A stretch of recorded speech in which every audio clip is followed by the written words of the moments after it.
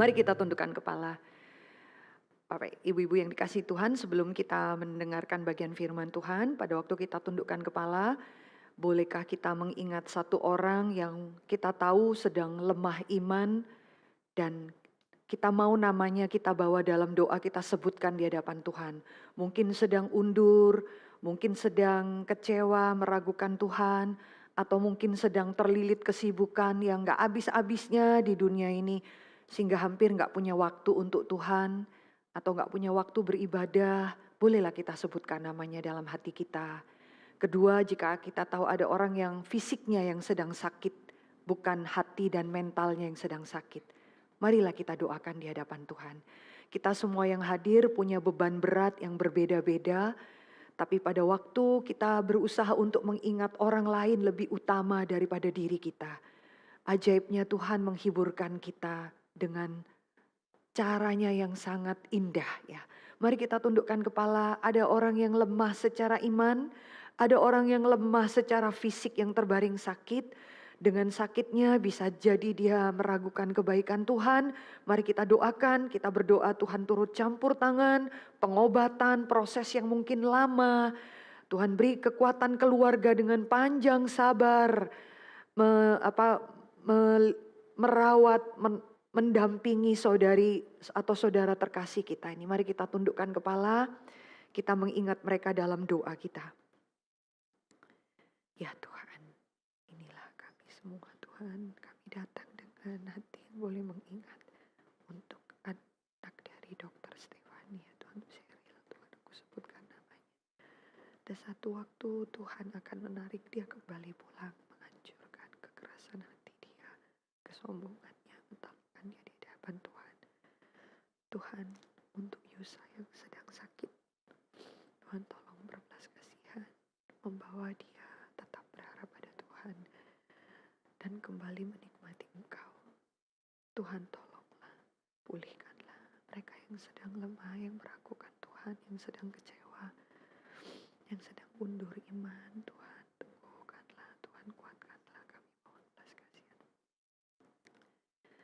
Bapa di dalam surga, dengarkanlah seru doa kami untuk saudara-saudara seiman kami yang ada dalam ingatan kami dan kami bawa di dalam doa kami.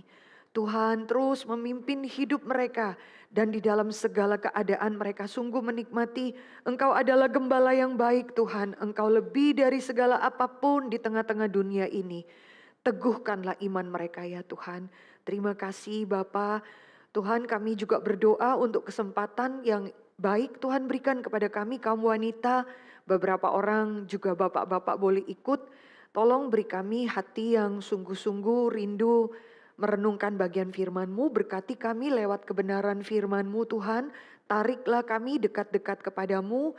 Dan tolong kami melihat cara Tuhan bekerja yang begitu ajaib di tengah-tengah dunia ini.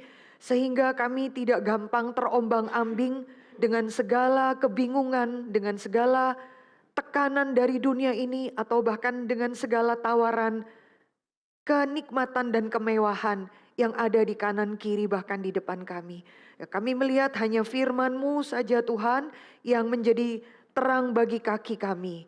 Pelita dalam kehidupan kami. Terima kasih Tuhan, dalam nama Tuhan kami Yesus Kristus kami berdoa. Amin. Ibu-ibu yang dikasih Tuhan, mari kita buka bagian firman Tuhan. Kita sudah sampai seri yang ke-7 ya. Kita bersyukur kalau kita boleh mengakhiri sampai November ini selesai 10, kita masuk di dalam momen perayaan Natal, kita sungguh diberkati. Kita buka Hakim-Hakim. Benar yang dikatakan Ibu Duma tadi, ini sudah dibahas 2 minggu lalu. Jadi seharusnya minggu lalu itu Yael, tapi karena ada jedah maka di Ibu Happy yang membawakan tema yang berbeda. Karena saya pikir saya memang mau membawa Deborah dan Yael itu bersama-sama. Karena saya sudah bawakan, nanti hamba Tuhan yang lain mungkin ya ada berbeda sih. Tapi saya berharap boleh jadi satu kesatuan. Hakim pasal 4. Lalu ayat yang ke-16 sampai dengan ayat yang ke-24 ya, tolong Ibu Rani, di sini ada Bu Rani ya. Mana? Ya, Ibu baca untuk kita semua ya, Bu. Hakim-Hakim pasal 4 ya, ayat 16 sampai dengan ayat yang ke-24. Silahkan Bu. Hakim pasal 4 ayatnya yang ke-16 sampai 24. Lalu Barak mengejar kereta-kereta dan tentara itu sampai ke Haroset Hagoyim, dan seluruh tentara Sisera tewas oleh mata pedang. Tidak ada seorang pun yang tinggal hidup. Tetapi Sisera dengan berjalan kaki melarikan diri ke kemah Yael, istri Heber, orang Keni itu. Sebab ada perhubungan baik antara Yabin, Raja Hajon, dengan keluarga Heber, orang Keni itu. Yael itu pun keluar mendapatkan Sisera dan berkata kepadanya, "Singgahlah, tuanku, silahkan masuk, jangan takut." Lalu singgahlah ia ke dalam kemah perempuan itu, dan perempuan itu menutupi dia dengan selimut. Kemudian berkatalah ia kepada perempuan itu, "Berilah kiranya aku minum air sedikit, aku haus." Lalu perempuan itu membuka kirbat susu, diberinyalah dia minum, dan diselimutinya pula. Lalu katanya kepada perempuan itu, "Berdirilah di depan pintu kemah, dan apabila ada orang datang dan bertanya kepadamu, 'Ada orang di sini?' maka jawablah, 'Tidak ada.'" Tetapi Yael istri Heber mengambil patok kemah, diambilnya pula palu, mendekatinya diam-diam, lalu dilantakkannya lah patok itu masuk ke dalam pelipisnya sampai tembus ke tanah. Sebab ia telah tidur nyenyak karena lelahnya, maka matilah orang itu. Pada waktu itu muncullah Barak yang mengejar Sisera. Keluarlah Yael mendapatkan dia dan berkata kepadanya, "Mari, aku akan menunjukkan kepadamu orang yang kau cari itu." Lalu masuklah Barak ke dalam, dan tampaklah Sisera mati tergeletak dengan patok dalam pelipisnya. Demikianlah Allah pada hari itu menundukkan Yabin, raja Kanaan, di depan orang Israel. Dengan kekuasaan orang Israel yang keras menekan Yabin, raja Kanaan, sampai mereka melenyapkan Yabin, raja Kanaan. Iya, sampai sedemikian kita baca satu kali lagi pasal 5 ya. Nyanyian Deborah 2 minggu lalu juga sudah dibahas sedikit saja. Mari kita buka bagian pasal 5 ayat 24 sampai dengan ayat yang ke-27. Ya, Ika boleh baca untuk kita. Ya. Diberkatilah Yael istri Heber orang Keni itu melebihi perempuan-perempuan lain. Diberkatilah ia melebihi perempuan-perempuan yang di dalam kemah. Air diminta orang itu, tetapi susu diberikannya. Dalam cawan yang indah disuguhkannya daging. Tangannya diulurkannya mengambil patok. Tangan kanannya mengambil tukul tukang. Ditukulnya Sisera, dihancurkannya kepalanya, diremukkan dan ditembusnya pelipisnya. Dekat kakinya orang itu rebah, tewas tergeletak. Dekat kakinya orang itu rebah dan tewas. Di tempat ia rebah, di sanalah orang itu tewas, digagani. Sampai sedemikian. Bapak Ibu menyampaikan bagian ini sebenarnya ini rada serem juga ya. The first, kalau baca aja, the first deadly assassin. It is a woman, it names Yael ya. Pembunuh pertama kali itu adalah seorang perempuan yang dicatat di dalam Alkitab, dan memang ceritanya rada horor sekali. Kalau kita lihat catatan-catatan kuno ya, sejarah itu juga tidak terlalu memandang baik Yael ya. Yael itu dianggap pengkhianat perempuan yang bermanis mulut ya, yang bermanis lidah ya. Tetapi seorang yang menipu, seorang yang menjatuhkan seorang laki-laki, sehingga ada beberapa tulisan-tulisan yang mengatakan jangan gampang tertipu dengan perempuan-perempuan seperti Yael ya. Itu sepertinya gambaran yang buruk ya. Tapi kita melihat kalau Yael boleh dicatat di dalam Alkitab tidak panjang, lalu ada kalimat diberkatilah kamu. Diberkatilah kamu perempuan seperti Yael. Itu Alkitab tetap memberikan satu bagian yang serius, yang positif kepada perempuan ini. Terlepas dengan cerita yang seram, karena in konteks memang itu perang ya. Di dalam keadaan perang itu pertaruhan nyawa. Kalau kamu Kalau kita tidak survive, orang itu yang akan bunuh kita. Kalau kita tidak selamatkan diri kita dan anak kita, maka anak kita yang akan digagahi, diperkosa, dipenggal, dibunuh. Ya, itu ada saat-saat pertaruhan yang memang krusial. Kita orang yang di tengah-tengah kondisi tidak perang itu memang agak susah melihat ini seperti gambaran kok gini sih. Karena kita nggak pernah hidup di dalam konteks seperti itu. Tapi perang, waduh itu benar-benar kita lihat sendiri. Ya kita sedikit lihat Hamas, Israel ya itu trik-trik seperti itu kita sedih sekali, tapi that's it, itu perang ya.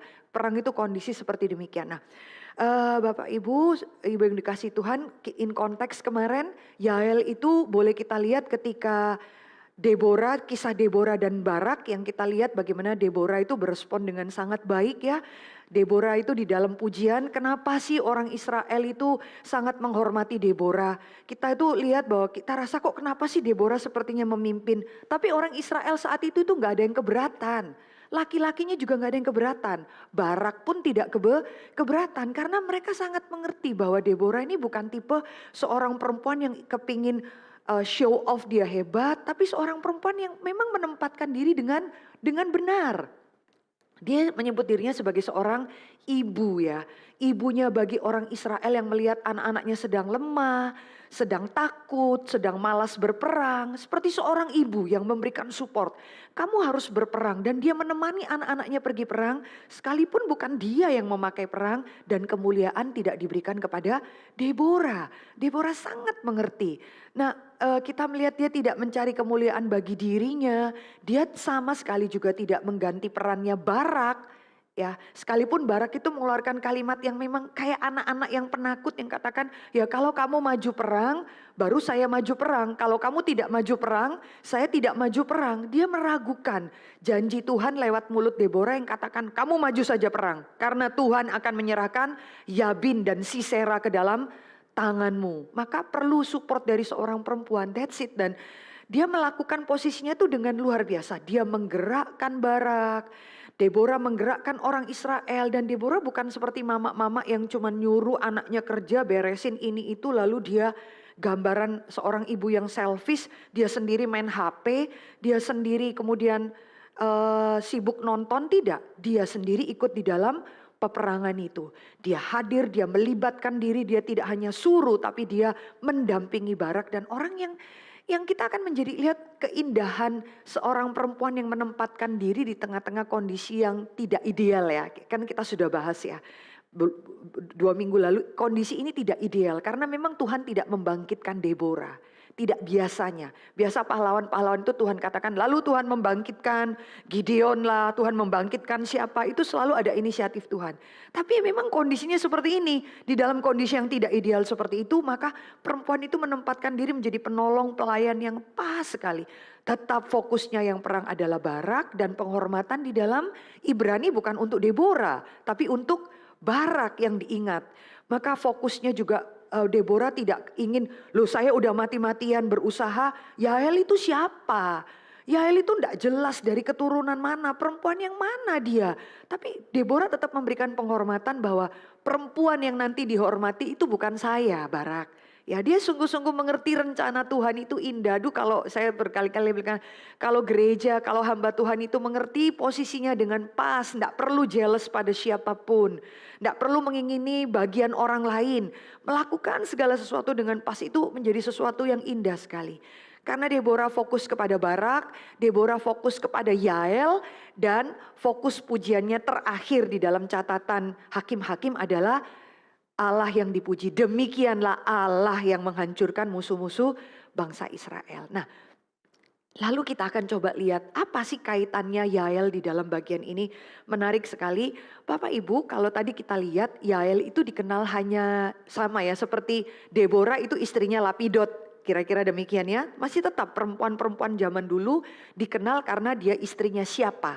Ya, maka kita akan melihat siapa Yael ini. Yael itu istrinya Heber, orang Keni. Suku Keni itu siapa? Mari Bapak Ibu kita buka bagian sebelumnya ya di dalam pasal 4 ayat 11. Boleh tolong Bapak-Bapak yang baca ya. Suku Keni ini siapa ya? Coba kita lihat pasal 4 ayat 11 silakan. Ada satu orang bapak lah yang boleh baca untuk kita, jangan. Heber orang Keni itu telah memisahkan diri dari suku Keni, dari anak-anak Hobab ipar Musa, dan telah berpindah-pindah memasang kemahnya sampai ke pohon terbantin di Naim yang dekat Kedes. Ya, baru kita tahu, oh Heber itu siapa? Dia dari suku Keni. Suku Keni itu siapa? Oh itu dari anak-anak yang lahir dari iparnya Musa.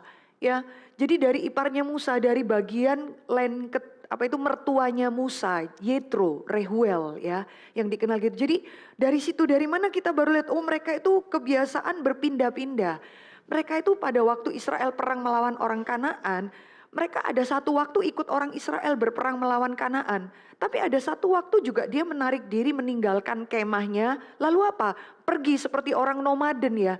Dan Alkitab juga tadi catat yang dibaca oleh siapa? Oleh Ibu Rani ya. Ternyata apa? Ada hubungan yang baik orang Keni ini dengan siapa? Yabin, dengan Sisera. Jadi ada saatnya kenapa saya bilang mereka ikut perang, tolong deh satu orang baca Hakim-Hakim pasal 1, di situ diberitahu juga orang Keni itu siapa ya, tolong boleh Pak Todo ya baca untuk kita Pak. Hakim-Hakim pasal 1 itu keturunan Hobab, sekali lagi ya tadi diberitahu. Siapa Hobab itu? Iparnya Musa, silakan baca ayat 16 Pak. Hakim-Hakim 1 ayat 16. Keturunan Hobab Musa, orang Keni itu maju bersama-sama dengan Bani Yehuda dari kota pohon kurma ke padang gurun Yehuda di tanah Negeb dekat Aram. Lalu mereka menetap di antara kedua. Iya, ya keturunan Hobab itu disebut orang Keni ya, kira-kira demikian. Kalau di sini mereka ikut dengan suku Yehuda untuk perang melawan orang-orang Kanaan. Tapi tadi yang dibaca oleh Bu Rani pasal 4 ya, pasal 4 ayat 17 keadaannya seperti apa? Rada berbeda ya. Tetapi Sisera berjalan kaki melarikan diri ke kemah Yael, istri Heber orang Keni itu. Sebab apa di situ? Ada perhubungan baik antara Yabin Raja Hasor dengan keluarga Heber orang Keni itu. Maka kita akan melihat di dalam ayat yang pasal 4 ayat 11 yang dibaca oleh Pak Iwan tadi. Pada waktu peperangan itu lalu ada satu keluarga yang adapun Heber ya, itu orang Keni disebut, yaitu siapa dia? Ya dia suaminya dari Yael ini yang akhirnya memutuskan diri, udah deh perang gak selesai, udah berjalan 20 tahun, dia memisahkan diri keluar dari tenda itu, dia membawa istrinya, lalu pergi nomaden, hidup mereka itu nomaden dan mereka terkenal sebagai pembuat tenda yang baik ya. Mereka nomaden pergi dari satu tempat, berpindah-pindah, jadi sebenarnya kondisinya mereka netral ya. Satu kali ada satu suku dari mereka, suku Keni, bantu orang Israel melawan orang-orang Kanaan. Tapi di dalam zamannya Deborah, enggak. Malah dari keturunan suku Keni ini berbaik hati dengan orang-orang Kanaan. Dengan apa?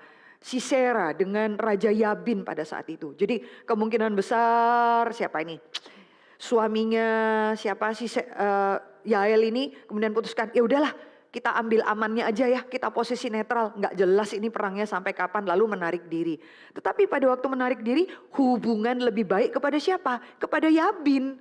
Relasinya baik sekali kepada Yabin. Jadi suatu hal yang luar biasa sampai Yael itu memutuskan untuk membunuh dari panglima perangnya Raja Yabin. Itu butuh take risk, itu butuh keberanian luar biasa. Maka dari bagian ini kita akan melihat ada hubungan baik dengan Rabin dan Raja Yasor. Maka kenapa nama Yael itu dipuji-puji? Kenapa orang Israel itu menyanyikan pujian yang panjang, lalu menaikkan pujian yang menurut kita itu horor? Ya, diberkatilah Yael, karena dia mengambil pasak, mengambil tungkul, lalu memukul kepalanya Sisera. Kenapa menjadi pujian yang seperti demikian? Ibu-ibu, kalau kita lihat keberanian Yael dalam perang itu luar biasa. Karena dia berperang itu dengan diam-diam. Strategi perangnya itu dengan diam. Ya, dia tidak seperti Deborah bahkan pergi ke perang. Dia tidak ikut dengan gegap gempita pasukan. Dia sendiri mungkin juga nggak tahu orang Israel sedang menyanyikan pujian namanya. Dia bukan yang kondisi ya sebagai seorang ibu rumah tangga yang ikutin suaminya. Yang pindah dari satu tenda ke tenda lain. Tetapi di dalam diamnya itu bukan pasif. dia bertindak. Ya ada kalimat sederhana ya, kalau kita lihat terlalu banyak kejahatan yang ada di kanan kiri kita itu, ada kalimat yang very simple ya. Kejahatan itu berkuasa bukan banyaknya orang jahat di sekitar kita, tetapi karena orang baik sedikit yang bertindak melawan kejahatan. Terlalu banyak orang baik atau mungkin anak-anak Tuhan atau mungkin gereja Tuhan yang playing safe ya. Yang gak mau repot lah, udahlah gereja udah susah lah, udah biarin aja lah. Kita nggak usah menghakimi orang lain lah. Kebanyakan demikian sehingga kita lihat ada terlalu banyak kejahatan itu yang merajalela di sekitar kita. Kenapa? Karena orang Kristen nggak berani menegur, nggak berani bersuara, ya nggak berani take a risk mendapat cemoohan dari orang-orang di sekitar kita. Playing safe lah, playing safe. Tapi di dalam kondisi seperti demikian kita lihat tidak. Ya Yael itu di dalam diam justru bukan kondisi yang pasif. Banyak orang Kristen katakan diam dan ketahuilah, itu pasif. Ya udah di rumah aja nggak ngapa-ngapain, kan aman. Urusan tiap orang sendiri-sendirilah. Tidak, perempuan ini di dalam diam, dia itu bertindak. Ya, ini hal-hal yang kita bisa pelajari dari keberanian Yael, ibu-ibu yang dikasihi Tuhan. Lalu kalau kita lihat ya, dia berperang itu dengan cara yang menarik ya, dengan cara yang apa yang ada dalam diri dia. Dia tidak memikirkan, loh saya bisa buat apa ya. Ini ada orang yang dia kenal berelasi baik dengan suaminya yang orang Keni itu. Yang adalah Raja Yabin punya panglima perang, dia kenal. Dia menyapa, marilah pergi ke tendaku, jangan takut tuanku, bagus banget ya. Dia katakan jangan takut, istirahatlah di tempatku. Dan kita melihat perempuan yang betul-betul masuk di dalam peperangan, tidak perlu ribet mengasihani diri Tuhan. Saya nggak punya ini Tuhan, saya nggak punya pedang, saya nggak punya tombak, saya nggak ikut perang seperti Deborah Tuhan. Saya cuma jagain tenda di rumah. Tidak ya, tetapi dia itu orang yang sungguh-sungguh melihat apa yang ada dalam diri kita. Itu yang bisa kita pakai untuk masuk di dalam peperangan. Ibu-ibu yang dikasih Tuhan, ingat baik-baik bahwa Tuhan itu tidak mencari apa yang tidak ada dalam diri kita. Jangan selalu merasa tuntutan, panggilan, kesempatan yang Tuhan berikan itu terlalu berat. Gak bisa, gak mungkin Tuhan. Karena Tuhan gak akan mencari apa yang gak ada. Ya kalau kita lihat orang seperti ibu janda, kafir, begitu melarat, cuman bisa kumpulin daun-daun kering, ranting-ranting kering. Seperti siapa? Janda Sarfat bukan? Ya Tuhan tidak minta apa yang tidak ada. Yang ada pada dia cuman apa? Di rumah cuman punya sisa air, lalu dia bilang apa? Cuman punya minyak, buli-buli minyak yang kecil, lalu dengan segenggam tepung, ya cuman itu. Maka Tuhan perintahkan kepada Elia untuk katakan, ibu beri aku minum. Dia bilang, loh aku gak punya apa-apa lagi, aku cuman punya minyak dengan tepung segenggam. Lalu Elia katakan, ya sudah, minyak dengan tepung segenggam itu buatlah. Tapi bukan untuk kamu yang makan lebih dulu. Kasih dulu buat aku. Kalau ada sisanya, baru kamu boleh makan. Ini kan mission very impossible. Ini kan tamu yang maafkan. Kalau budaya kita kurang ajar banget gitu ya. Kita gak punya apa-apa, air minum gak punya. Terus dia tanya, ada jus gak? Dia pikir, ini kurang ajar banget gitu ya. Anak saya nggak bisa makan, saya tinggal goreng pisang goreng. Ya udah goreng lah, tapi aku makan lebih dulu. Kalau ada remahan-remahannya baru kau boleh makan. Tapi perempuan ini bertindak luar biasa ya. Iman bertindak, melangkah, berani luar biasa. Karena memang Tuhan tidak meminta apa yang tidak ada dalam diri kita. Ya apa yang ada ya itu berikanlah. Ya kalau kita lihat Yesus ketemu dengan perempuan Samaria, Yesus enggak minta yang enggak ada kok. Yesus cuma minta apa? Dia bawa timba, lagi pergi ke sumur, Yesus minta apa yang ada dalam diri dia. Berilah aku minum, selesai. Walaupun perempuan itu enggak bisa loh. Kamu orang Yahudi enggak boleh minta air sama orang Samaria, tetap dia jaga jarak. Tapi Tuhan itu terus tidak pernah pantang menyerah. Tuhan memberi kesempatan, Tuhan mendekati perempuan ini. Itu bijaksana Tuhan. Dan sering kali kita perempuan sering mengatakan, aku nih gak punya apa-apa lagi. Ya.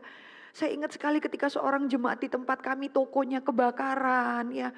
Memang toko dia adalah generasi ketiga. Dia merasa, dia berkata pada kami suami istri, bener ya Bu Mercy, generasi ketiga itu bisanya cuma ngabisin perjuangan generasi pertama, generasi kedua itu sustain, menjaga. Generasi ketiga saya orangnya, ya dia selalu menyesali diri, dia katakan saya nggak punya apa-apa lagi, toko udah terbakar, rumah itu belum selesai cicilan, saya nggak punya apa-apa lagi. Di situ ada anaknya, anak sekolah minggu kami, anaknya senyum. Ya, saya tidak bisa sebutkan namanya, anaknya itu TK ya, kuncir 2 masih terbayang sampai sekarang. Dia pegang tangan papinya dan dia bilang, papi kan punya Michelle. Jadi sebutin namanya, tapi Anda tidak akan tahu siapa orangnya. Papi kan masih punya Michelle. Ya. Jadi papanya selalu bilang, Pak saya udah gak punya apa-apa lagi, habis zero, gak punya apa-apa lagi. Dia lupa, dia mengatakannya di depan anaknya. Dan dia lupa bahwa dia masih punya nyawa, masih punya hidup, dan dia pasti punya Tuhan. Tidak ada yang bilang gak punya apa-apa lagi. Gak mungkin Bapak Ibu Saudara. Selama masih ada nafas hidup, kita pasti punya apa-apa yang bisa kita kerjakan. Anak kecil ini mengingatkan papinya, Daddy, you have me all. Ya, kan papi masih punya Michelle. Papanya senyum. Saya bilang terima kasih Tuhan, gak perlu nasehatin panjang lebar kepada Bapak ini ya. Kadang udah letih lesu kalau kita mau nasehati, kita gak tahu. Orang kalau lagi sedih itu kan tidak terlalu butuh banyak nasehat ya. Tapi Tuhan itu very kreatif ya, memakai siapa saja untuk mengingatkan. Jadi apa yang ada padamu, kamu masih bisa melanjutkan peperangan ini. Apa yang ada padamu? Ya Jael tidak berharap kok saya nggak punya pedang, saya nggak punya panah, saya nggak punya tombak. Tidak, apa yang ada padamu, apa adanya sampai sekarang. Titikmu yang paling lemah, paling biasa, dan mungkin orang anggap kamu siapa sih perempuan yang jaga di tenda. No, perempuan yang pergi perang kayak Deborah. Kalau mau komparasi orang-orang yang hebat. Seringkali kita perempuan itu juga ibu-ibu tidak peka bahwa Tuhan itu seringkali mendidik, melatih kita itu dengan hal-hal yang rutin tiap hari itu loh, yang apa adanya kita itu loh. Tuhan itu sedang membentuk kita dengan cara-cara yang biasa. Yael itu tidak pernah memikirkan bahwa nanti kebiasaan dia sebagai mama-mama yang biasa bangun tenda, lalu nanti suaminya lalu mau pindah ke tempat lain, lalu dia membantu menarik pasak tenda itu, lalu menggulung, memasukkannya, nanti bangun lagi tiap hari kan. Itu kerjaan dia dengan suaminya. Tapi Yael sendiri tidak memikirkan bahwa kebiasaan dia untuk mencabut, patok, cabut terus rutin setiap hari itu adalah latihan yang Tuhan berikan. Suatu hari kelak dia punya kekuatan untuk mematok kepala seseorang raja. Saya sendiri-sendiri tuh waktu persiapan tuh bayangkan. Itu orang kalau patok kepala itu butuh kekuatan luar biasa. Keberanian luar biasa. Kamu salah patok, itu cuma luka, bangun kamu ditebas sama si Sera gitu kira-kira. Jadi bagaimana patok itu kekuatan, horor banget. Harus betul-betul merontokkan tengkoraknya itu.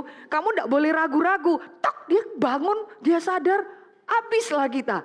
Lalu kena cuman berapa senti pun bangun, ditebas mati lah kita. Bagaimana ya mengumpulkan kekuatan seperti demikian? Ya emang dia udah dilatih tiap kali ya kira-kira ya. Matokin apa? Kemahnya setiap hari.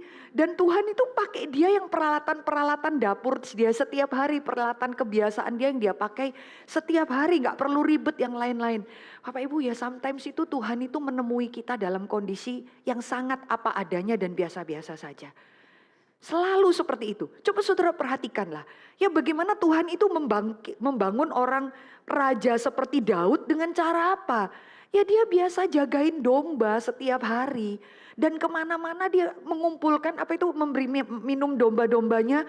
Dia mengumpulkan di tiap sungai itu batu-batu yang licin. Yang dia sendiri waktu itu gak pernah kepikir, aku siapkan batu ini untuk Goliat. Dia gak pernah kepikir. Anak kecil. Gimana kemana-mana lihat batu, kayak anak-anak kita loh kalau pergi ke pantai. Coba lihat semua anak-anak, sukaannya ngumpulin apa? Batu kan?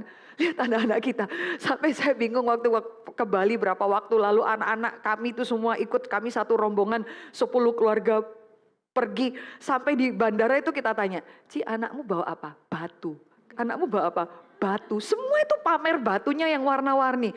Aduh ya, tahu ya batu-batu siput-siput. Kebanyakan ngumpulin apa? Batu. Bangkit, batuku bisa bentuk kayak orang loh. Batuku bisa bentuk kayak orang senyum. Kita lihat ya biasa aja. Tapi bagi imajinasi dia ini orangnya senyum loh. Mami dia pamer sama temen-temennya semua. Jadi kita tuh 10 keluarga dalam pesawat itu ketawa. Anak kita bawa apa?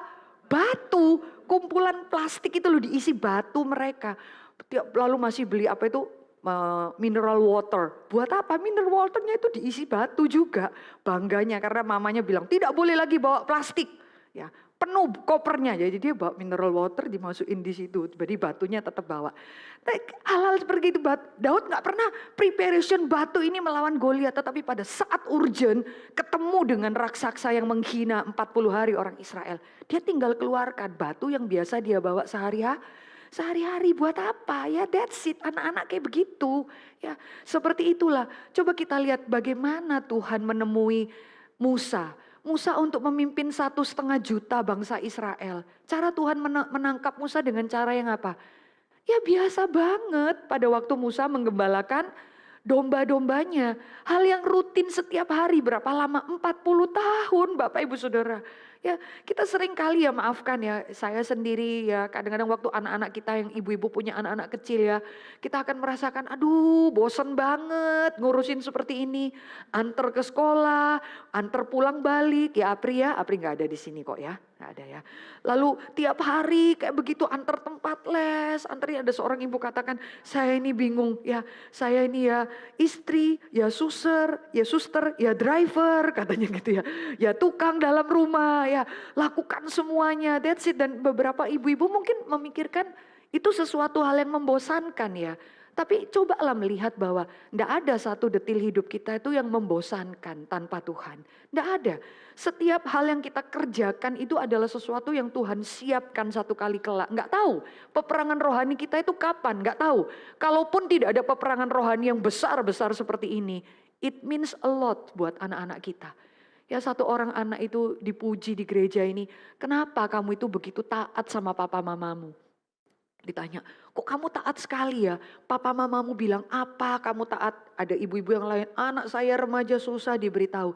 Dia jawab dengan santai, karena aku lihat loh Pak Tommy, mamaku itu tiap waktu aku kecil kasih waktu tiap hari untuk kami semua. Dia katakan hal simpel seperti itu setelah dia dewasa ya. Dia melihat bahwa mamanya itu setiap kali itu hal-hal detil dalam hidup dia mamanya yang kerjakan buat dia. Sehingga pada waktu dia dewasa itu hati nuraninya itu menuduh dia. Mau sampai kapan kamu meletihkan, mencapekkan mamamu ya. Kira-kira tidak semua anak-anak kita pasti berjalan baik ya. Tapi ada saat-saatnya di dalam pemberontakan mereka. Mereka menekan, mereka tahu apa yang mamanya dulu tabur dulu ya. Apa adanya. Tiap hari melakukan rutinitas, cuciin baju mereka juga gak terlalu peduli. Saya kadang-kadang harus mencium mana yang bersih, mana yang kotor karena semua dilempar sesuka. Oh ini udah kotor ini ya. Mesti ngaturin ya dan melihatnya dengan senyum saja. Hal-hal yang rutin seperti itu. Dan kita tahu satu hal, tidak ada yang sia-sia jerih lelah kita di dalam Tuhan. Kita lihat Tuhan itu menemui orang-orang ini dengan hal-hal yang simple, yang sederhana, yang tiap hari dilakukan. Bapak Ibu, bolehkah kita membawa hal-hal yang simple, sederhana dalam kehidupan kita di hadapan Tuhan? Tuhan menemui Yakub di dalam kondisi paling sederhana, ya tiap hari dia lakukan itu. Tuhan menemui Musa, Tuhan menemui Daud.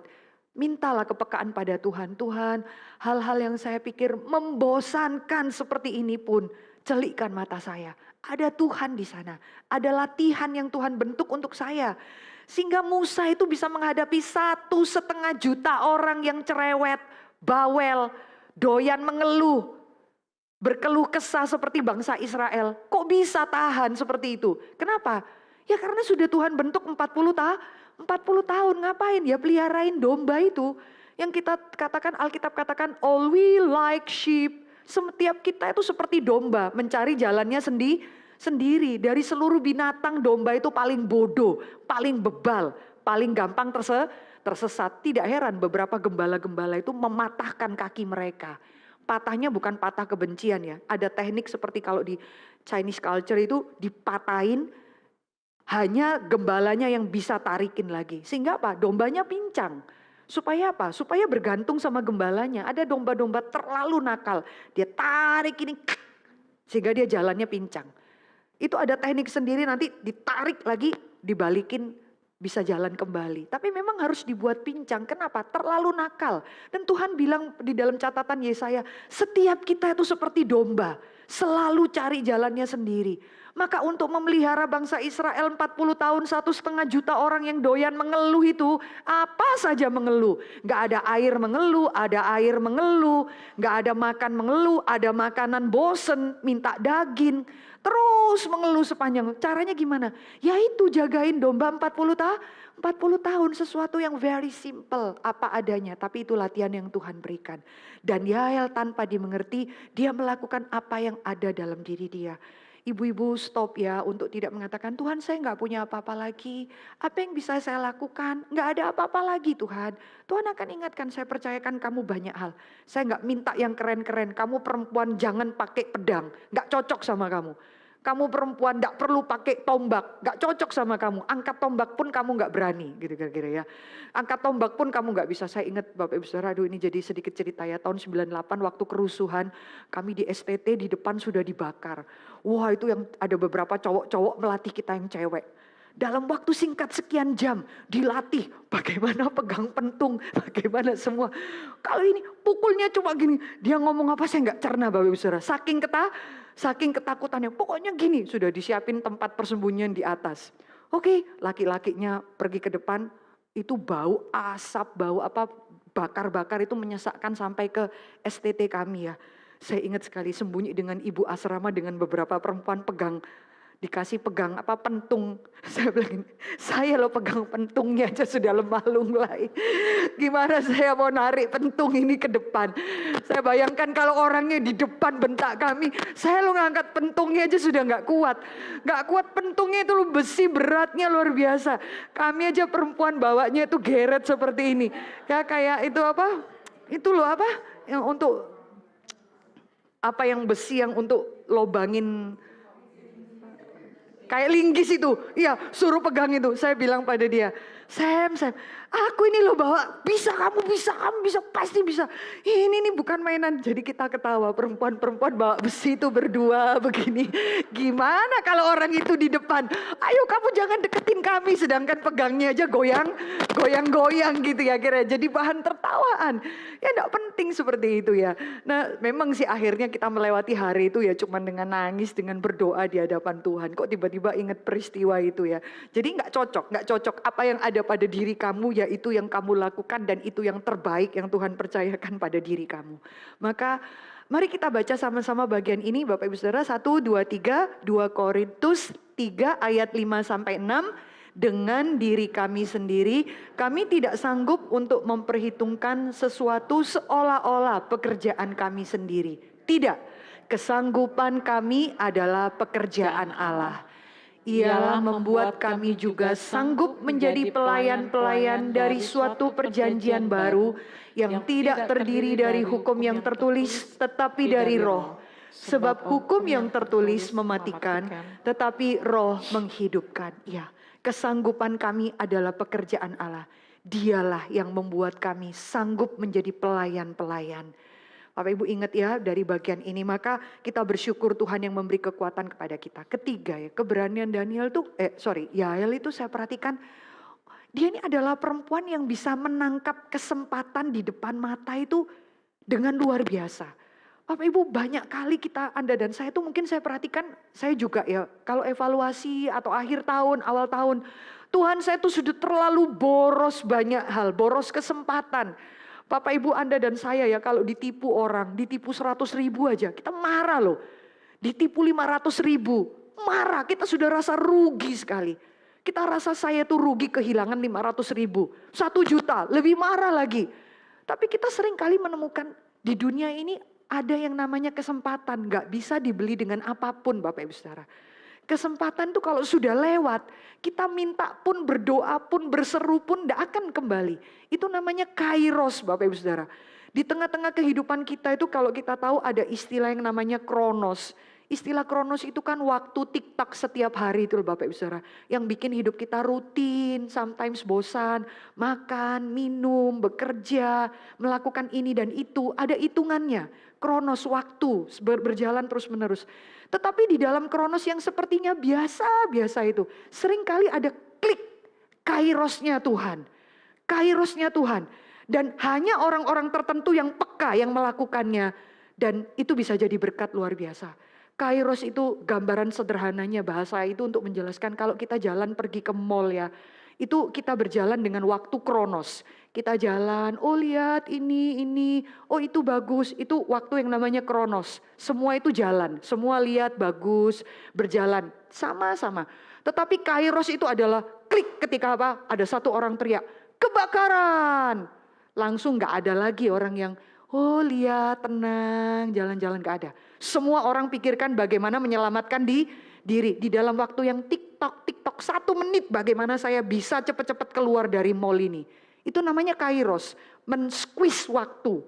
Waktu yang panjang, yang kita seringkali habiskan makan, minum, di kafe, itu kronos Bapak Ibu Saudara. Waktu kairosnya Tuhan masuk, itu kamu harus cepat-cepat squeeze. Bagaimana secepat mungkin ya saya bisa mengambil waktu itu sehingga saya boleh selamat. Itu kairos. Dan banyak kali kairos dalam kehidupan kita ini terlewatkan begitu saja. Terlewatkan. Saya sendiri Bapak Ibu Saudara. Ada banyak air mata saya yang karena saya menunda-nunda waktu. Ya saya mau menengok satu orang kerabat, teman. Yang satu orang katakan, Ci dia udah dying. Ya istrinya sudah bilang kita enggak mungkin, ini mungkin hari terakhir dia. Oke, besok saya tengok. Kenapa malam itu tidak saya berangkat? Ya, saya sudah kehilangan kairosnya Tuhan. Kenapa? Seharusnya dia belum percaya Tuhan. Tapi hari itu dia kepingin ada satu orang yang doakan. Saya masih pikir besok pagi ya. Karena hari itu baru pulang pelayanan. Terlalu lelah. Sampai waktu mendengarkan. Enggak bisa Ci, akhirnya papa meninggal. Aduh, sedihnya itu luar biasa. Belum sempat mau berdoa. Ya orang detik-detik terakhir itu seringkali siapa aja yang mau doakan dia mau. Mau Katolik, mau Kristen, mau siapapun. Justru momen itu, saudara nggak bisa, mau dikembaliin kayak apa lagi nggak bisa. Mau nangis, mau minta sama Tuhan, Tuhan katakan lewat. Maka Bapak Ibu kalau lihat ya di dalam Greka, itu dewa yang namanya waktu, itu disebut dengan dewa kesempatan. Menarik sekali Bapak Ibu Saudara. Ya, dia itu, gimana ya kalau nggak salah. Oh rambutnya itu di depan, botaknya itu di belakang. Ya, nggak kayak suami saya ya, botak depan ada rambut belakang, bukan ya. Jadi botaknya di belakang, iya rambutnya di depan. Maksudnya apa? Kalau dewa waktu itu lewat di depan kamu, dia mau memberikan tanda kutip kairos dalam hidup kamu. Dia lewat di depan kamu, cepet-cepet kamu harus tangkap jambulnya di depan itu. Tangkap jambak, itu jadi bagian saya. Kenapa? Karena waktu dia lewat cepet sekali. Dia lewat tinggal botaknya di belakang, gitu. Kamu mau tangkap pun kamu lari kejar si dewa waktu itu terlewat tangkap dia. Dia ketawa aja, kenapa? Botak gue di belakang, botak gak bisa, gak dapat, terlicin gak bisa dapat. Tapi lucu ya, kayak gitu tuh benar sekali. Kesempatan, kamu gak bisa kalau ini lewat waktunya. Banyak kali Bapak Ibu Saudara. Ya mau menginjili orang, mau menengok orang, mau menginjili orang selesai. Aduh pembantu saya juga demikian, mau terus mau injili dia. Besok waktu dia pulang, saya pikir masih bisa ketemu dia lagi. Ternyata apa? Bu saya gak bisa datang, gak bisa pulang lagi. Aduh kelewatan waktu. Tuhan mau balik lagi gak bisa. Itu yang namanya kairos, itu yang banyak kesempatan. Coba pikirkan seorang perempuan yang lihat Sisera dengan pakaian perang udah keletihan, kecapean karena diburu-buru barak, kalah perang. Lalu dia sapa dong, marilah masuk di dalam kemahku Tuhan. Kalimatnya apa? Janganlah takut, hospitality ya, perempuan banget. Ya caranya perempuan, laki-laki gak bisa lakukan ini. Itu yang saya bahas di Deborah. Gak mungkin Pak Leo lakukan ini atau Pak Todo, gak mungkin. Itu hospitality khasnya Ibu Sinta. Gak bisa Pak Todo, mari masuk, tidurlah kau. Bingung musuhnya, ini laki-laki apa ini kira-kira ya. Justru perempuan yang bisa lakukan itu. Maka tidurlah di kemahku, dia izinkan. Lalu dia masih selimutinlah kasih selimut lagi, hospitality seorang perempuan. Bapak-bapak gak mungkin lakukan ini. Kasih selimut ke tamunya, nyelimutin. Heran tamunya, ini laki-laki masih sehat bukan? Ya kira-kira ya. Curiga malah dia. Tapi perempuan yang nyelimutin. Dan waktu si Sarah cuman minta, aku haus, beri aku minum. Klik, dia dengan bijaksana bisa mikir apa? Kasih susu. Itu tidak berjalan begitu saja. Kemungkinan besar ya, Yael ini kemungkinan besar. Namanya juga tafsiran Bapak Ibu Saudara. Kemungkinan besar dia sedang mengulur waktu kan. Dia mengulur waktu, udah kamu masuk ke tendaku, istirahat. Sambil menunggu kapan pasukan ini datang. Kapan orang-orang laki-laki yang lebih gagah perkasa matiin kamu? Tunggu. Waktu tidur, kok bangun? Aku haus. Ya sudahlah, kasih susu lebih lama supaya dia tidur. Dia mikir-mikir terus dan memang tertidur saking kelelahan. Tunggu, kapan Barak datang? Tunggu kapan yang laki-laki gagah perkasa pergi ke tempatnya? Akhirnya nunggu demi nunggu dan dia mulai pikirkan, ini sebentar lagi bangun, dia langsung tangkap, gak bisa. Saya yang harus mengemban tugas ini. Saya yang harus maju, gak ada yang lain. Dia mengambil kesempatan itu dengan luar biasa. Peka Bapak Ibu Saudara, cobalah peka. Peka dalam kehidupan kita. Kapan kita harus ngomong pada anak kita. Jangan banyak cerewet, jangan banyak teori, jangan banyak terus menasehati mereka. Doakan mereka dan tunggu, Tuhan beri aku ibu itu mata yang peka. Kapan mesti bungkam, kapan mesti bicara. Ya, sehingga kata-kata kita itu memiliki kuasa, enggak terus mengomeli mereka. Banyak hal kita memang harus diam. Tapi pada waktu Tuhan engkau mau saya bicara dengan keras, beri aku keberanian, beri aku kuasa pada kata-kataku. Tegur anak-anak kita dengan wibawa dari Tuhan. Kita meminta kairos dari Tuhan itu yang tidak mudah Bapak Ibu Saudara. Dan kalau kairos itu lewatlah sudah. Jadi Yael itu orang yang sangat peka sekali apa yang Tuhan inginkan. Orang-orang demikian. Bapak Ibu tahu ya, Naaman itu Alkitab catat panglima perang orang Aram, disayang oleh Raja Aram. Tetapi dia kena kusta. Sudah berobat ke sana sini. Pasti dia udah pergi ke kuil Rimon, ke kuil manapun dan tidak sembuh. Menarik ya. Di dalam kondisi seperti ini, itu ada budak perempuan, anak budak perempuan.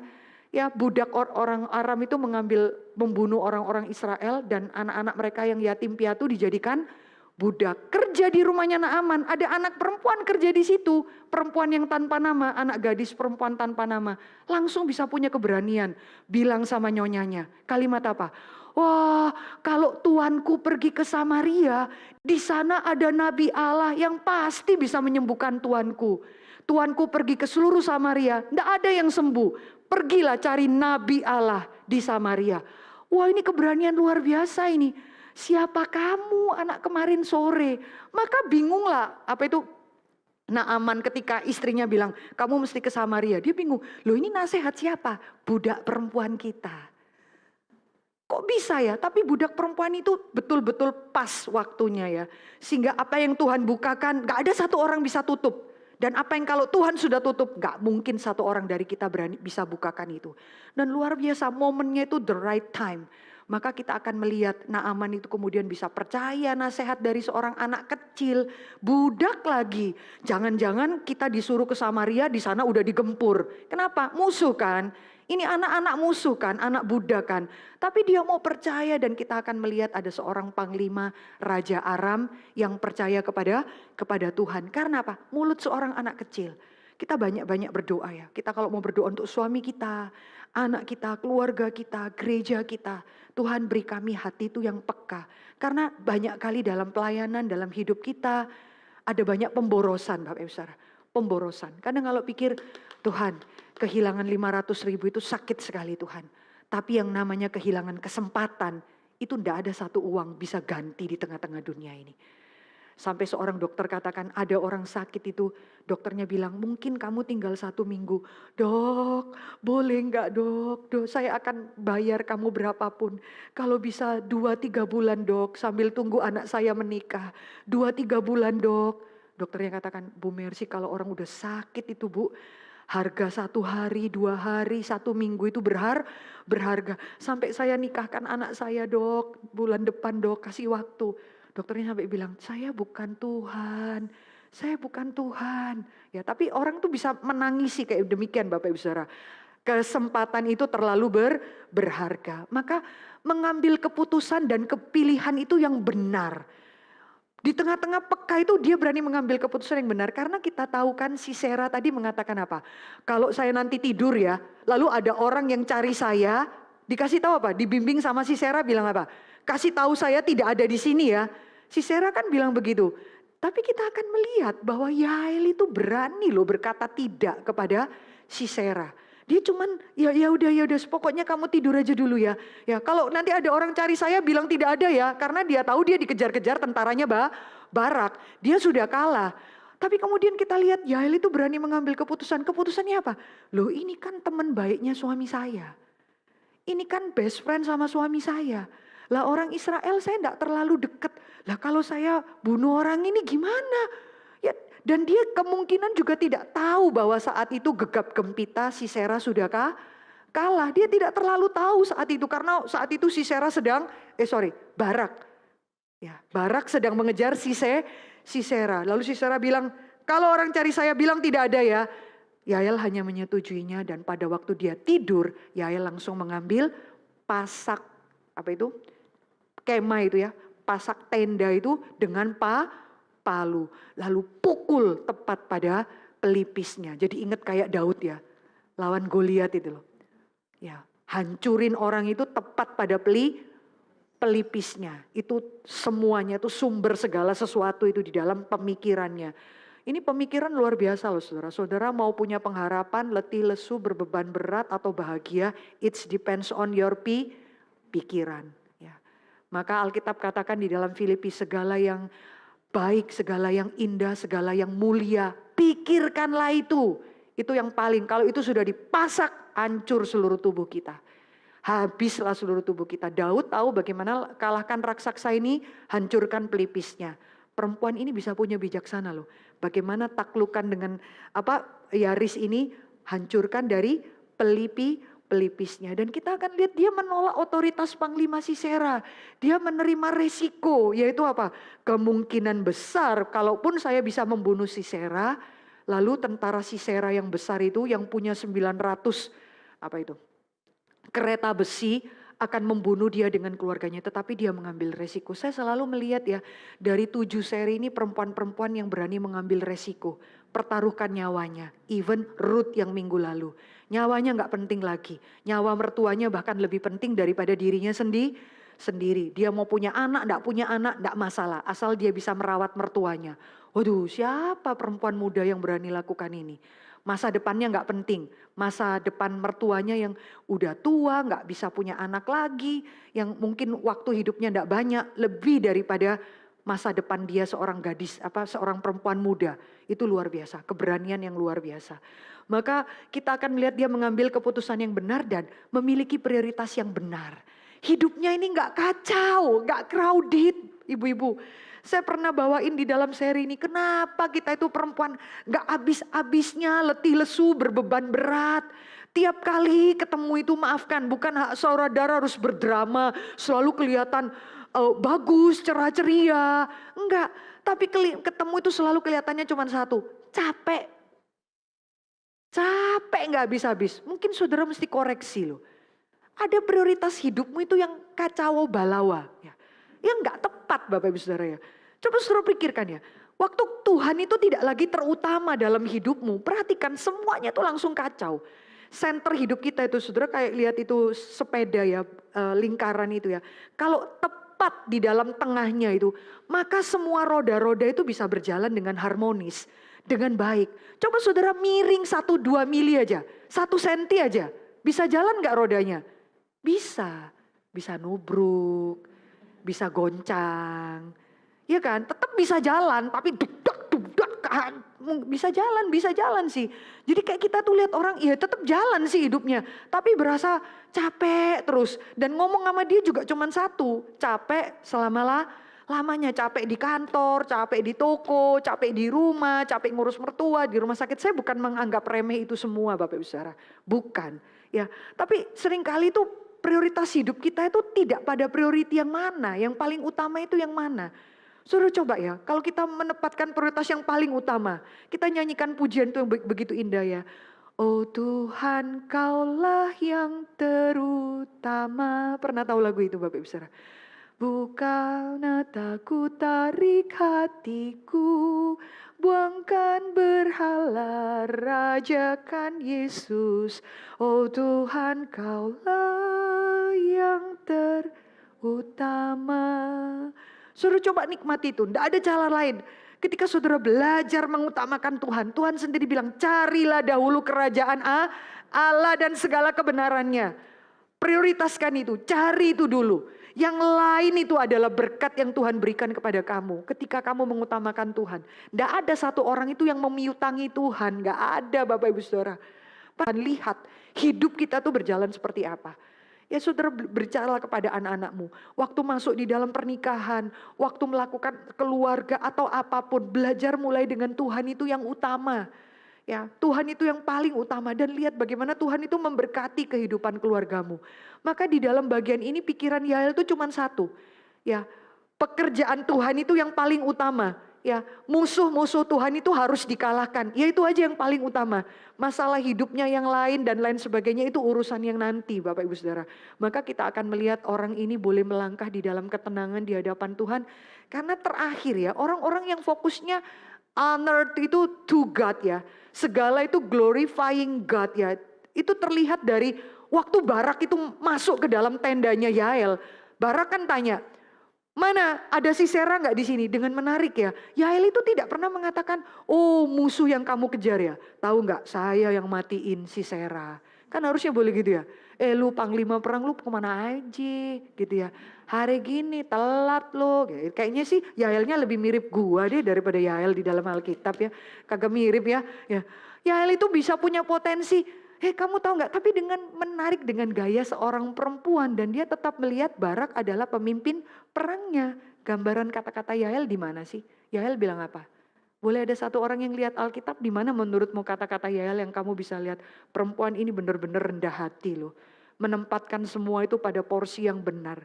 Di bagian mana yang pasal 4 tadi? Waktu Barak masuk ke dalam tendanya lalu cari dan bagaimana jawaban Yael kepada Barak? Iya, pasal berapa, ayat berapa? Sudah satu orang baca dengan suara keras, silakan. Ayat berapa? 22. 1, 2, 3. Pada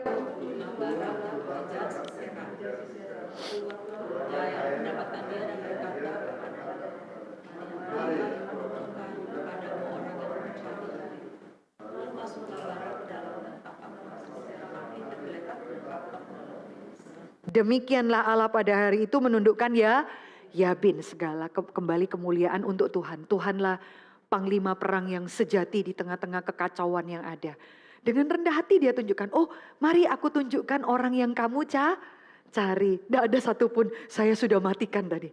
Ya, luar biasa loh, saya lumayan berperan ya. Aduh, kita itu maafkan Bapak Ibu Saudara, kita itu manusia berdosa itu gampang tersinggung kalau orang tidak melihat jasa kita. Gampang terluka, tahu nggak? Aduh, pelayanan di tempat ini siapa yang mulai? Ya siapa yang mulai diakonia pertama kali? Siapa yang mulai apa itu? Pelayanan di tempat ini. Siapa yang mulai padus di tempat ini? Saya yang pertama kali. Kita selalu mencari tempat di bagian itu. Tetapi tidak. Perempuan ini walaupun satu Israel memuji-muji nama dia. Dia dengan rendah hati dan tunjukkan inilah orang yang kamu cari. Dia tidak ada mengatakan saya berhasil membunuh Sisera. Ya, inilah orang yang sudah saya bunuh. Tidak ada tempat saya. Inilah orang yang kamu cari. Dan di situ cara Tuhan menyatakan kemuliaannya dengan memakai perempuan-perempuan yang rendah hati, perempuan-perempuan yang peka rencana Tuhan, perempuan-perempuan yang tidak berebut, perempuan-perempuan yang menjadi pahlawan di dalam apa adanya dia, nggak perlu jadi orang lain, nggak perlu lihat kepingin jadi seperti orang lain.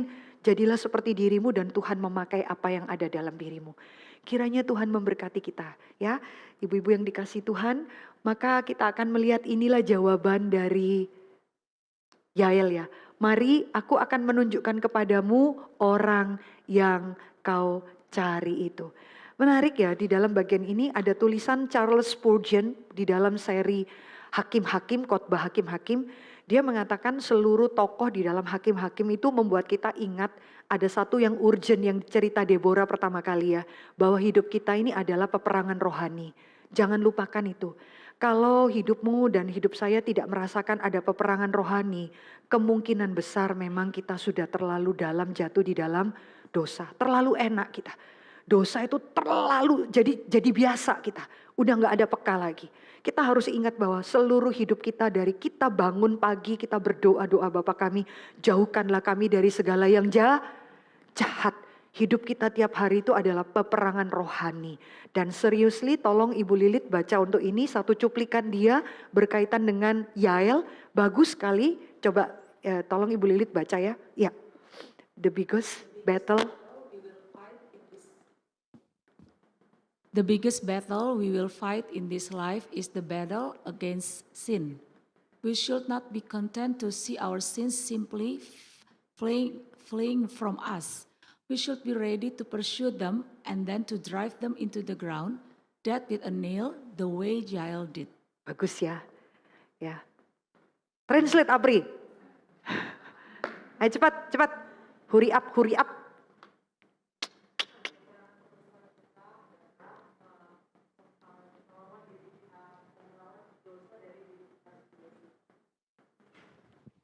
The battle against sin.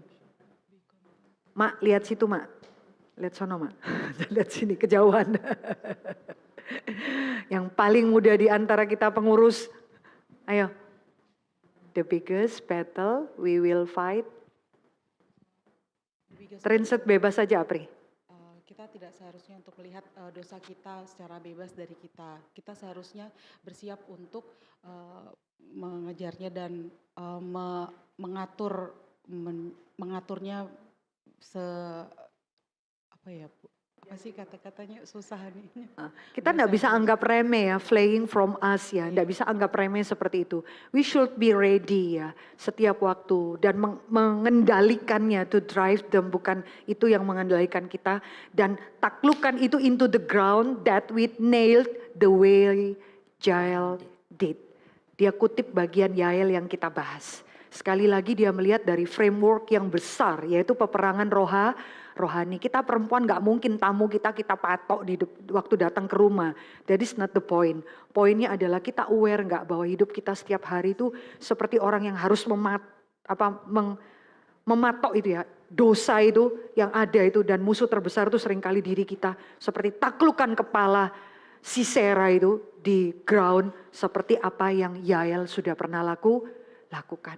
Tuhan memberkati kita supaya kita jadi perempuan-perempuan yang mendoakan keluarga kita. Peka setiap peperangan rohani dalam keluarga kita. Anak-anak kita yang tidak memprioritaskan Tuhan. Suami kita yang tidak memprioritaskan Tuhan. Keluarga kita yang tidak memprioritaskan Tuhan. Bagaimana kita sebagai seorang perempuan membawa keluarga kita itu melihat Tuhan yang paling utama dalam kehidupan keluarga kita. Resikonya berat, besar, keberanian besar. Ya, saya nggak bisa bayangkan seorang perempuan bisa punya kekuatan fisik, bisa tembus tengkorak seseorang. Itu berarti dia sudah komitmen total. Sekali pukul, ya atau enggak sama sekali. Kira-kira demikian. Dan Tuhan memelihara perempuan-perempuan pemberani seperti ini. Tuhan memberkati kita. Boleh ada respon sebelum kita berdoa. Boleh ada tanya, boleh ada terpikir sesuatu. Apapun, silakan. Masih ada 5 menit, ibu-ibu yang dikasih Tuhan. Ibu Duma. Bisa dilatih atau Tuhan memberikan itu berbeda tiap-tiap orang? Iya, Pak? bisa dilatih nggak Bapak Ibu Saudara? Peka akan kairos yang Tuhan mau itu bagaimana ya cara melatihnya ya? Bisa nggak?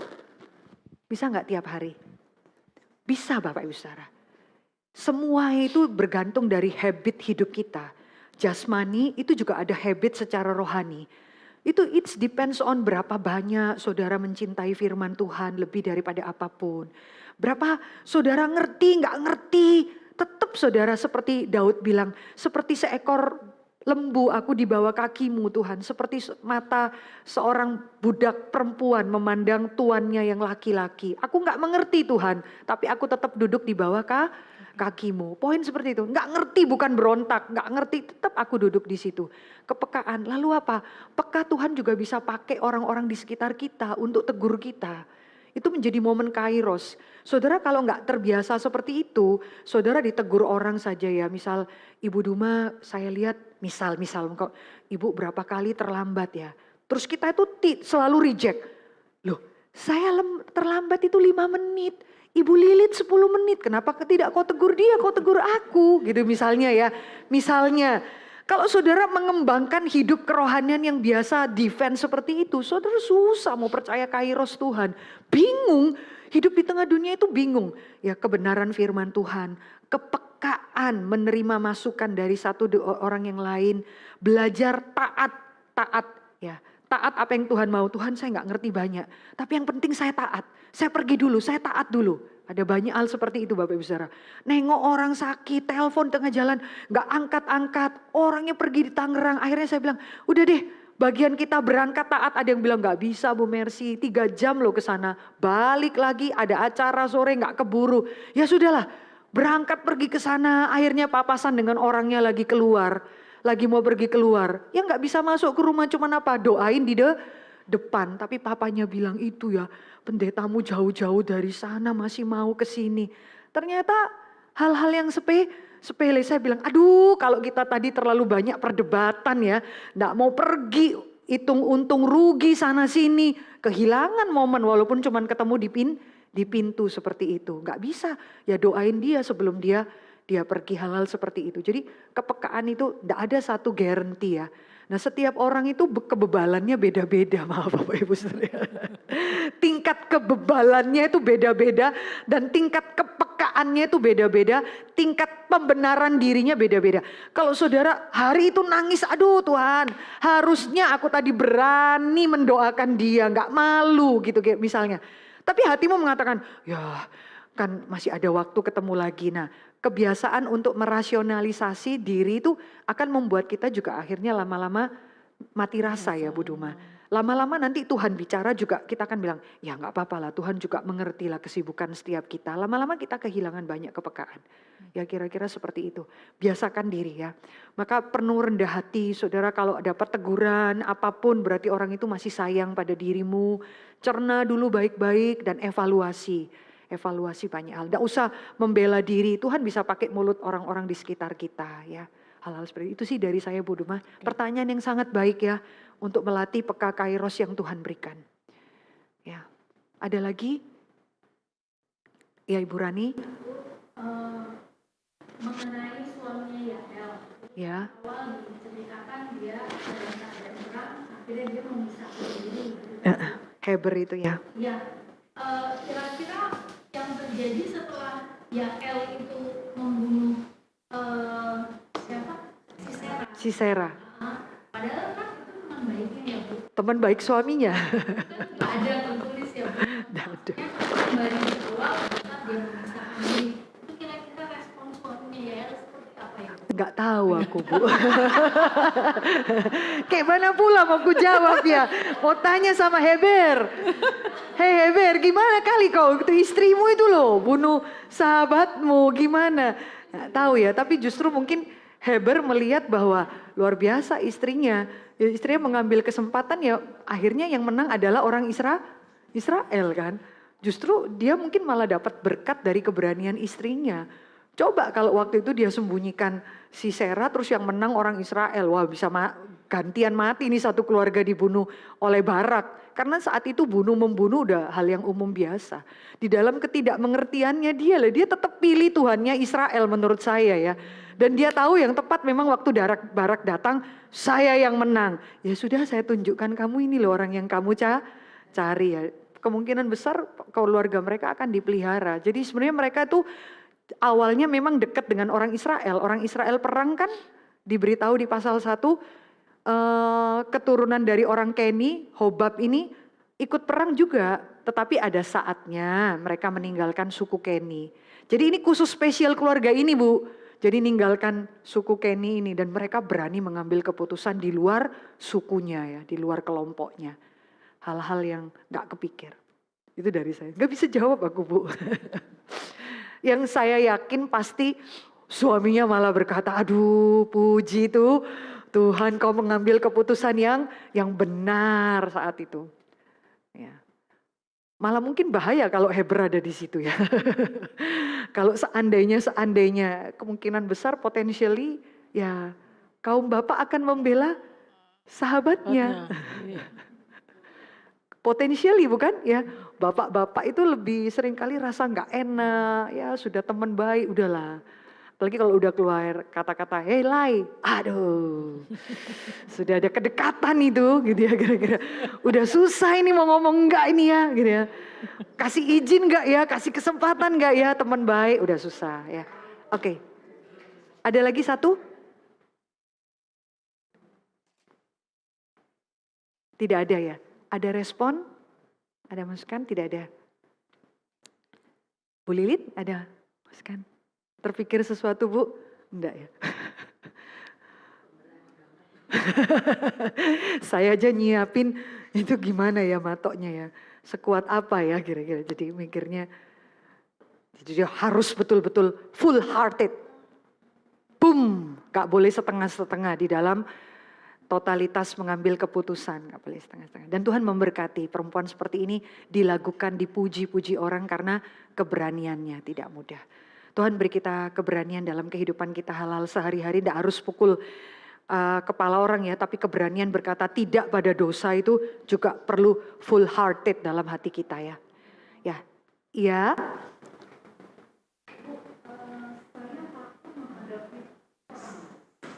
Semua juga takut.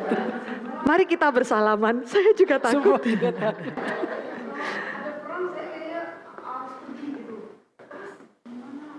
Apa?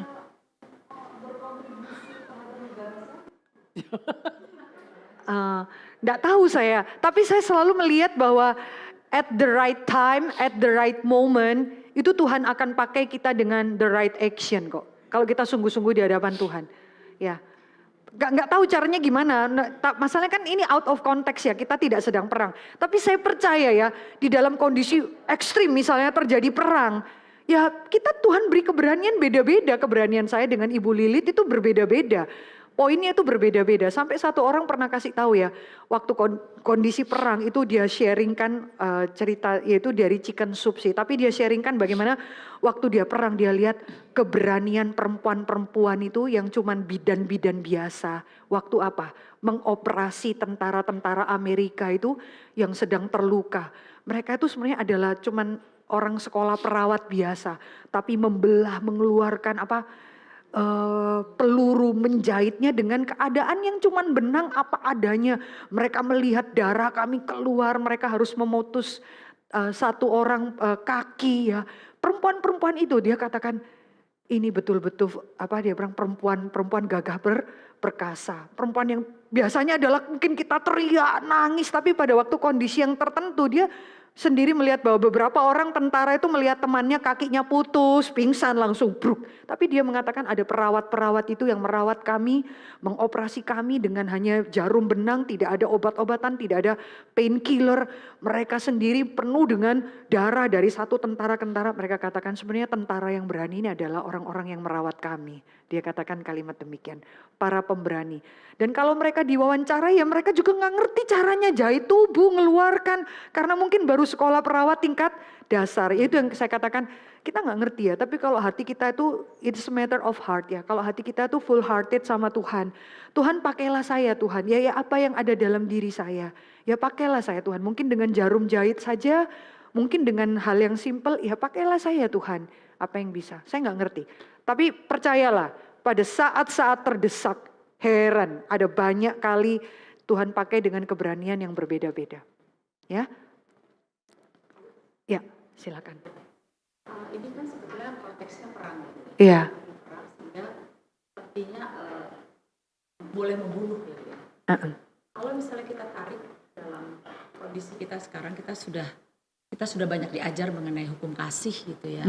Mengasihi, mengampuni termasuk musuh gitu.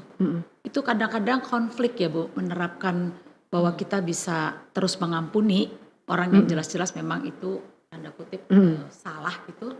Dengan istilahnya ya kita hukum dia gitu, atau kita melakukan tindakan yang bukan membunuh sih, tapi sesuatu yang sepertinya seperti seperti menghukum kurang kasih gitu. Karena kalau melihat ini kan seolah-olah kok Tuhan memperbolehkan Bukan saya membunuh. membunuh ya gitu. Apa karena itu konteks perang saja? Tapi kalau ditarik dalam penerapan kita ada hal-hal yang mungkin kita nggak bisa menerapkan kasih yang mengampuni, menerima lalu memaafkan.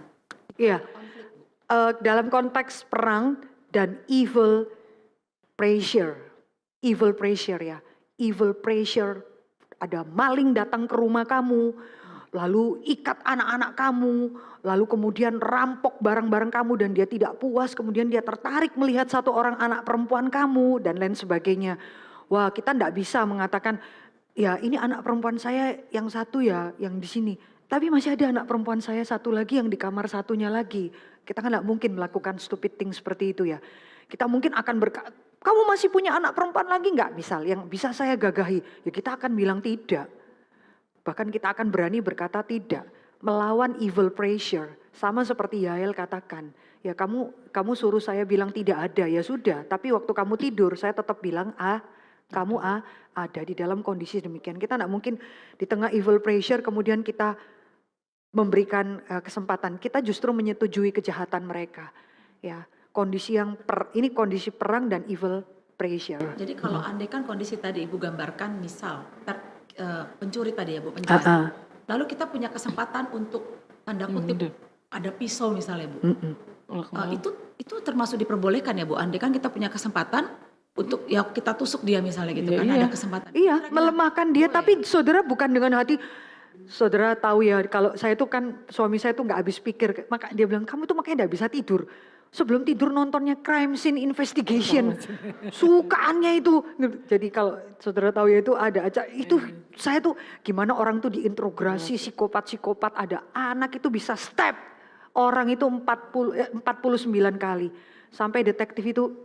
Can you imagine that kalau orang tuh stab orang tuh dengan pisau 1, 2, 3, itu psycho itu saudara. 4, 5, 49. Itu anak bisa seperti itu. Nah, bukan dengan kondisi demikian.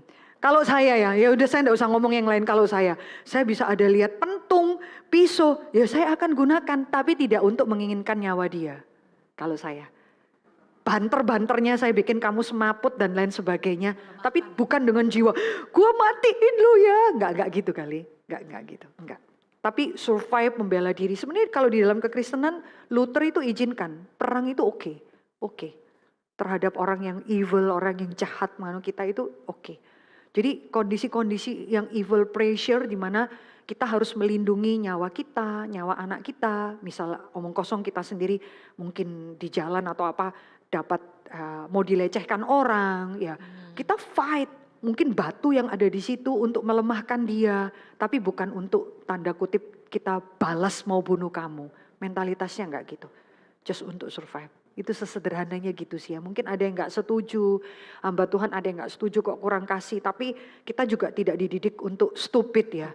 Tidak dididik untuk stupid. Kalau orang mau melecehkan kita, lalu kita juga menyetujui, wah itu lebih aneh lagi ya. Gitu.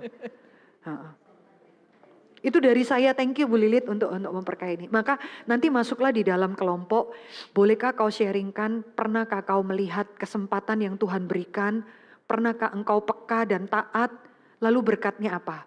Lalu pernahkah kau tidak taat, melewatkan kairos Tuhan itu. Dan hasilnya apa? Sebenarnya nyanyian Deborah itu adalah ajakan, ayo mari kita perang karena Tuhan menyuruh kita perang. Kalau kamu ikut perang kamu diberkati, kalau kamu tidak ikut perang kamu rugi. Sesederhananya gitu. Ya, yang nyanyian Deborah itu, marilah ikut, marilah. Ya, oke. Kita tundukkan kepala, mari kita masuk di dalam doa. Tuhan berkatilah kami lewat kebenaran perempuan-perempuan saleh yang berjalan bersama-sama dengan Tuhan. Yang berani mengambil keputusan-keputusan yang krusial bukan karena mereka hebat. Tapi justru karena mereka lemah dan mereka berpegang kepada Allah yang kuat. Terima kasih Tuhan, tolong kami untuk boleh menghidupi panggilan ini dalam kehidupan kami. Tuhan, tidak pernah ada satu area dalam hidup kami di mana kami sudah tidak punya apa-apa lagi ya Tuhan. Karena kami tetap memiliki Tuhan yang menopang dan memelihara hidup kami. Dan Engkau adalah satu-satunya segala-galanya Tuhan, kekasih jiwa kami. Tuhan membalut luka hati kami, Tuhan menghiburkan kami, Tuhan memberikan kami damai sejahtera, melewati perjalanan musafir di tengah-tengah dunia yang sementara ini Tuhan, berpegang teguh kepada tangan-Mu. Terima kasih Tuhan, dan tolong kami menjadi perempuan-perempuan yang bijaksana Tuhan. Kapan-kapan kami harus mengambil keputusan, kapan-kapan kami harus menegur, kapan-kapan kami harus berbicara. Tuhan, pimpinlah kami Tuhan, sehingga lewat semua keputusan yang kami lakukan, nama Tuhan dipermuliakan, dipuji-puji, bukan nama diri kami. Terima kasih Tuhan, dengarkanlah seru doa kami, dalam nama Kristus Yesus Tuhan kami sudah berdoa. Amin. Oke, saya serahkan pada